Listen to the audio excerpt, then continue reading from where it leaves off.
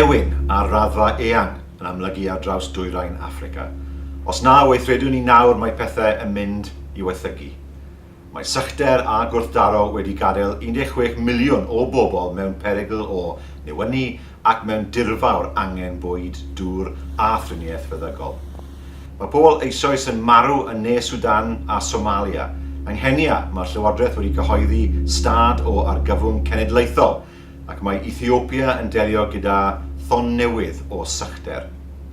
Merched, plant a'r henoed sy'n dioddef fwyaf. Mae mwy na 800,000 o blant o dan 5 oed yn dioddau o ddiffyg maith difrifol. Heb driniaeth frys mae nhw mewn perygl o lwgu i farwolaeth. Mae angen cefnogaeth ddiengarol brys i helpu i achub bywydau ac atal drychineb pellach. Mae'r Pwyllgor Argyfyngau Brys DEC yng Nghymru yn casglu arian i helpu'r elusennau sy'n aelodau o gyflenwi cymorth yn y gwledydd hynny sydd wedi ei heffeithio. Gall dim ond 25 punt ddarparu gwerth mis o gyflenwad o fwyd i blentyn sy'n dioddau o ddiffyg maith.